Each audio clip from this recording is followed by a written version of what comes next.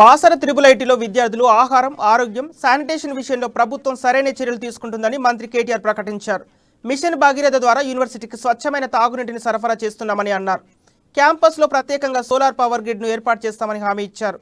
అలాగే బాసర త్రిబుల్ ఐటీలో 70% మంది అమ్మాయిలే చదువుతున్నారని, వారి కోసం 10 పడకల డెడికేటెడ్ ఆసుపత్రిని ఏర్పాటు చేస్తామని తెలిపారు. అటు 5 కోట్ల రూపాయలతో సైన్స్ బ్లాక్ ఏర్పాటు చేస్తామని, చెరువును సుందరీకరిస్తామని హామీ ఇచ్చారు. బాసర త్రిబుల్ ఐటీలో అభివృద్ధికి 27 కోట్లు మంజూరు చేశామని వెల్లడించారు.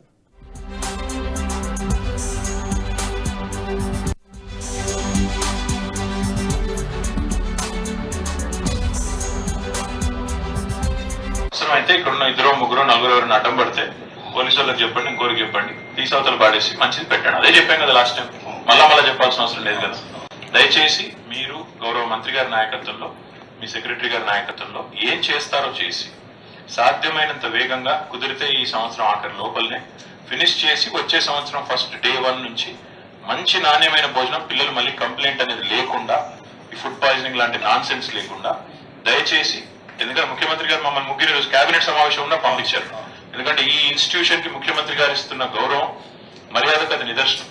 కేబినెట్ మధ్యాహ్నం ఉన్నా మీరు పోయిరండి, తప్పకుండా అక్కడ కాన్వకేషన్ ఉంది, తప్పకుండా పోయిరండి అని చెప్పి ప్రత్యేకంగా హెలికాప్టర్ ఇచ్చి మీరు ముగ్గురు పోయిరండి అని చెప్పారు. కాబట్టి ముఖ్యమంత్రి అయితే ఇక్కడున్న 2, 3, 4 ఎవరైనా అడ్డం పడితే పోలీసు వాళ్ళకి చెప్పండి, ఇంకోరికి చెప్పండి, తీసవతలు పాడేసి